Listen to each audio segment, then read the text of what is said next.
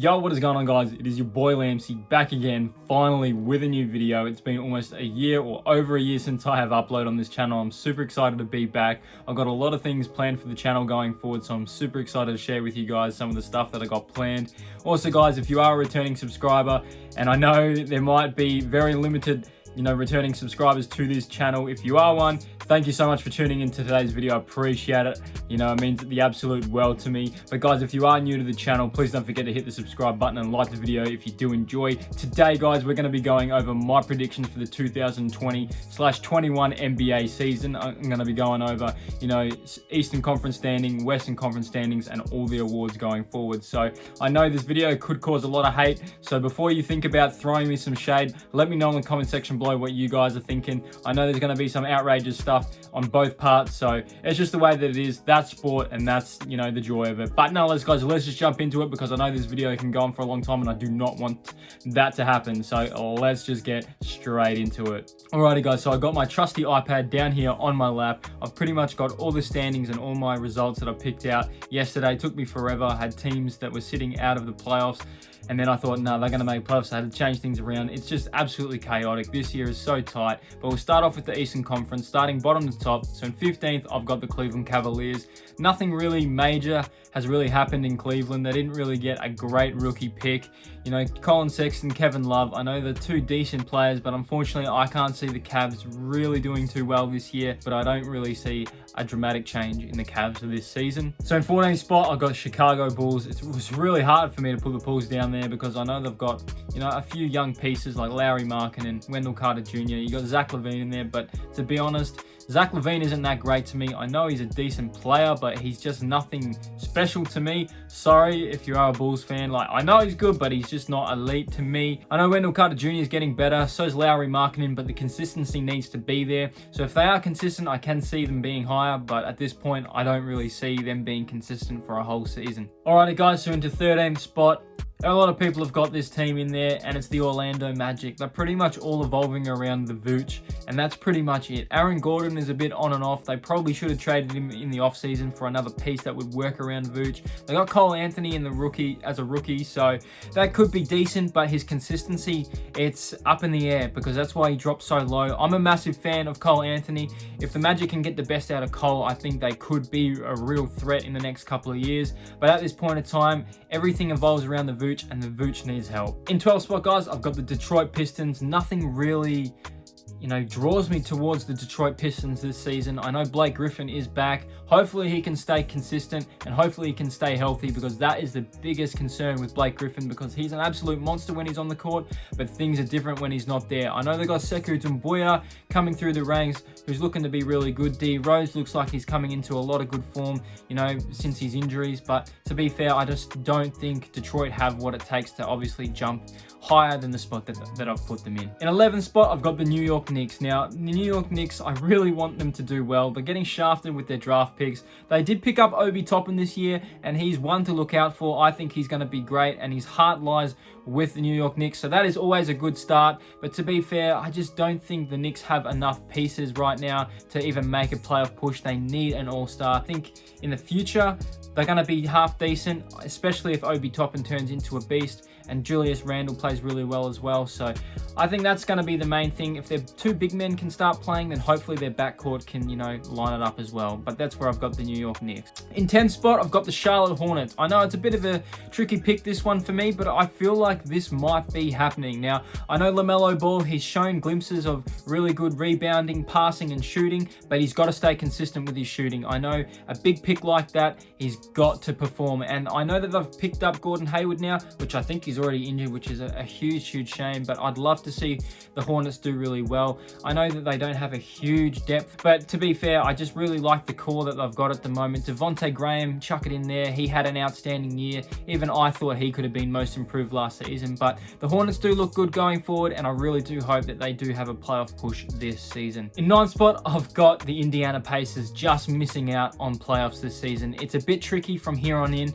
I know we got Victor Oladipo coming back. I know that Sabonis and, Oladipo will play really, really well together. I don't think TJ Warren is going to be the bubble beast again. I think that's going to be short-lived. I hope I am wrong. I love Indy. I was a big fan of Indy growing up, especially with the Paul George, Roy Hibbert, Danny Granger era. I love that team.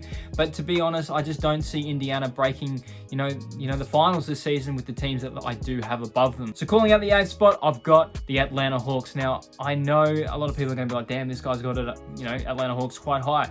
But hear me out here. I think, Trae Young is going to have an outstanding year. I think he's going to be even better than next season. He's going to be an all-star again. I think he's just got to get better defensively because this whole game is really evolving around point guards right now. They got a lot of good pieces now. They got Bogdanovich, they got Collins, they got a really good rookie in Onyeka, they got Clint Capella. Man, this team is really brewing up really nicely. They got Cam Reddish in there. This team is absolutely stacked with depth and especially young talent as well. You got DeAndre Hunter. The team is really, really stacked. So if the young players can stay, true to themselves and can actually build on what they've got, I think Atlanta are in for a really, really good season. In 7th spot, I've got the Washington Wizards. I think Russell Westbrook being in the mix now. Unfortunately, John Wall leaving is a huge letdown, but in having saying that, I think Washington will do really, really well with the backcourt of, Bradley Beal and Russell Westbrook. It's a DeMar DeRozan situation, I feel. I'm really keen to see how the Wizards play. I'm really excited to see what Rui's got this year in his 2nd year. I think he's going to be an absolute beast. So watch out. I think Washington are going to have a good year this year. In 6th spot, I got Philly. I know they got Tobias, they got Ben Simmons, they got Joel Embiid. That team should be beast enough as it is. That trio is awesome, but the consistency is the problem. And, Joel Embiid can't carry a team when someone's injured, which is the problem. And I think that sort of struck home with him a little bit last season as well.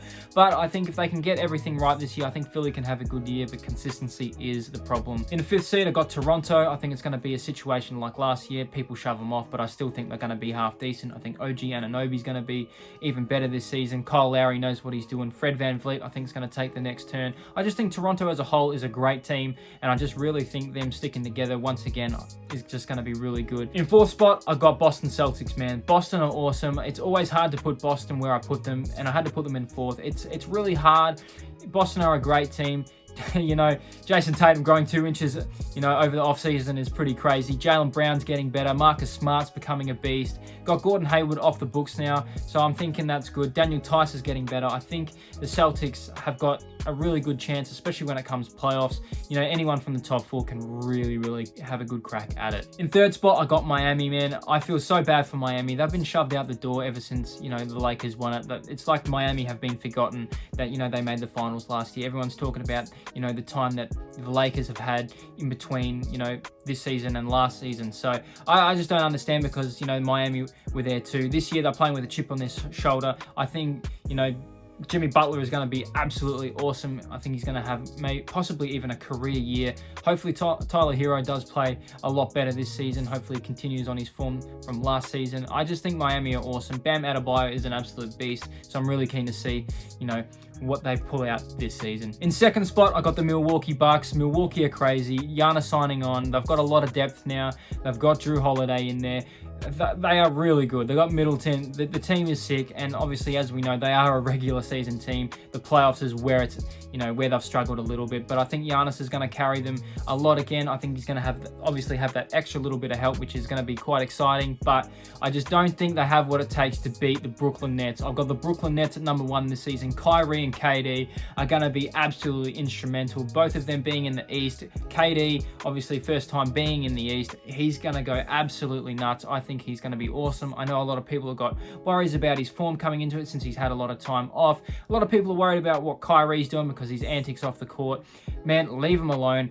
Trust, these guys are going to go off. They've got a lot of depth as well. Karis LeVert, you've got Spencer Dinwiddie, DeAndre Jordan, Joe Harris. The team is really, really stacked, and there's still points that there could possibly be a new trade incoming very soon, which could be James Harden, but I'm not really too sure. But I'd be keen to see it, but honestly, I think the team, the way it is right now, is pretty damn clean. But let me know what you guys think of the East. I'd love to hear what you guys think. But moving on to the West. So the West was so hard this season to pick out because the West, as you guys know, the West has been absolutely insane for probably at least the last 5 to 10 years. It's just so hard, so stacked with so many good players. So at 15, I've got the Sacramento Kings. I know the Sacramento Kings have got a few good pieces, you know, De'Aaron Fox and Buddy Hield, but to me, it's nothing to me. Hassan Whiteside could be a real big inclusion as well. You never know, I could be wrong, but it's just really hard. I've got the Thunder in at 14.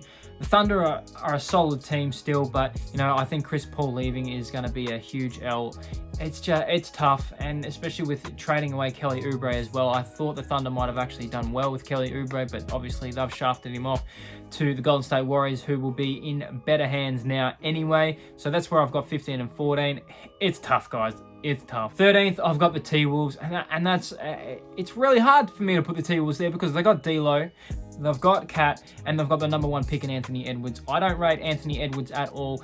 Well, as a player, I kind of do, but his mentality, I think, is so poor, and I think once something triggers him, he's just going to go off the rails, and we all know what he's like. If he wants to get a contract with an NFL team, he's gone, and that would feel absolutely terrible if you're a Minnesota fan, but they could surprise me. This West is so open. Any of these teams could possibly even make playoffs sometimes because it's just the way that it is, and especially with injuries and all that kind of stuff, it just makes things even harder. In 12th spot, I've got the San Antonio Spurs. They always tend to do half decent, usually make the playoffs 9 times out of 10. Last year was the first time they missed it in a long time, but I feel like their pieces are slowly deteriorating. Obviously, DeMar DeRozan's still there, signing on, but LaMarcus Aldridge is getting older. The team's getting a little bit older. I just think it might be time for a little bit of a rebuild for the San Antonio Spurs. I think they may need to look for the future. I think they need to get an all-star in there. It's tough, man, and I love the Spurs, and I love Pop, so it's hard to put them down here, but I really think they're going to start to slow down a little bit more. Alrighty, guys, in the 11th spot, I've got the play-in team from last season. I got the Memphis Grizzlies. Now, this kind of puts me in this mindset from what they blew last season. You know, they were going into the playoffs 90%. It was pretty much destined for them to at least be in the 8th seed, and they blew it. They lost so many games. Portland went on a tear, and they just blew it. I think the pressure really got to them. Obviously, a really young team. Ja Morant, Jaren Jackson Jr., huge pieces for the Memphis Grizzlies going forward, but I can't see them, you know, beating the teams above them this season. It's really tough. The West is so hard this year, and especially with a lot of teams being healthy this year, I think that's really going to make, you know, the Memphis Grizzlies struggle that little bit extra this season. In the 10th spot, I have got the Phoenix Suns. Yes, Devin Booker and Chris Paul playing together is absolutely exciting.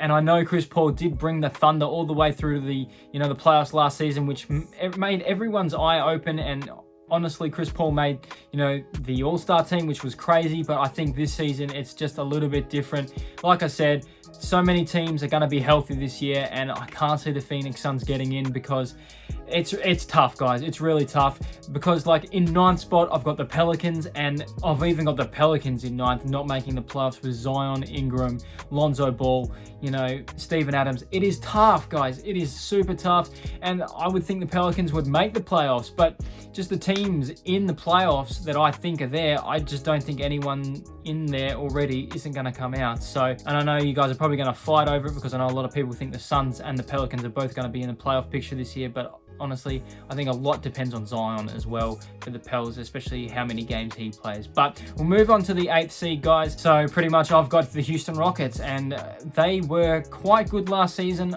because they finished in 4th place. No one thought that they were actually that good, and they ended up in 4th place.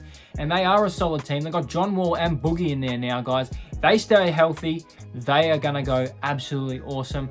They stay unhealthy and they both get injured, and then they're going to fall off the face of the earth. I don't think they're going to be good whatsoever. James Harden is up in the air. Sounds like the announcers and the people at the Rockets don't even want James Harden to be there. So it is tough, and it's really hard. But if James Harden plays, things are just going to be even more trickier to put where the Houston Rockets are going to finish. But, there's a lot going on in Houston, a lot of outside noise. It's going to be tough. 7th spot, I've got the Dallas Mavericks, Tingus Pingus, Luka Doncic, absolute awesome duo. I think they're going to be great going forward. I just feel like they need an extra piece. I wasn't really impressed with them last season too much. Like, I was very impressed, with Luka Doncic, but I don't know. Something just doesn't fit with me with the Dallas Mavericks going forward. I can't see them being a top 4 team. In 6th spot, after a year hiatus, I've got the Golden State Warriors. Obviously, Steph Curry being back, I think he's going to be absolutely lights out. Kelly Oubre going into the mix. We've got the number 2 pick in James Wiseman.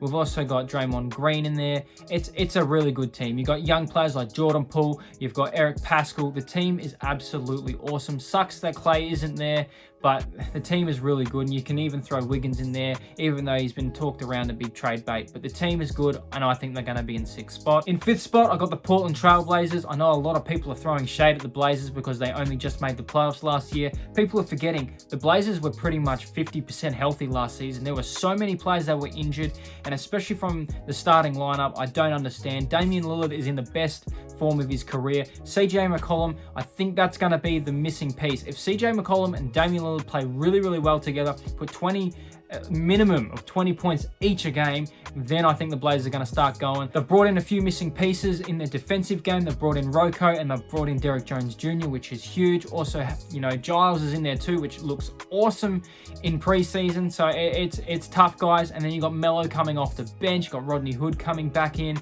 The team is looking stacked. Nurkic is back healthy. The team looks really, really clean, guys. So I wouldn't put it past, the Blazers doing really, really well this season. In 4th spot, guys, I got the Utah Jazz. The Utah Jazz look really, really good next year.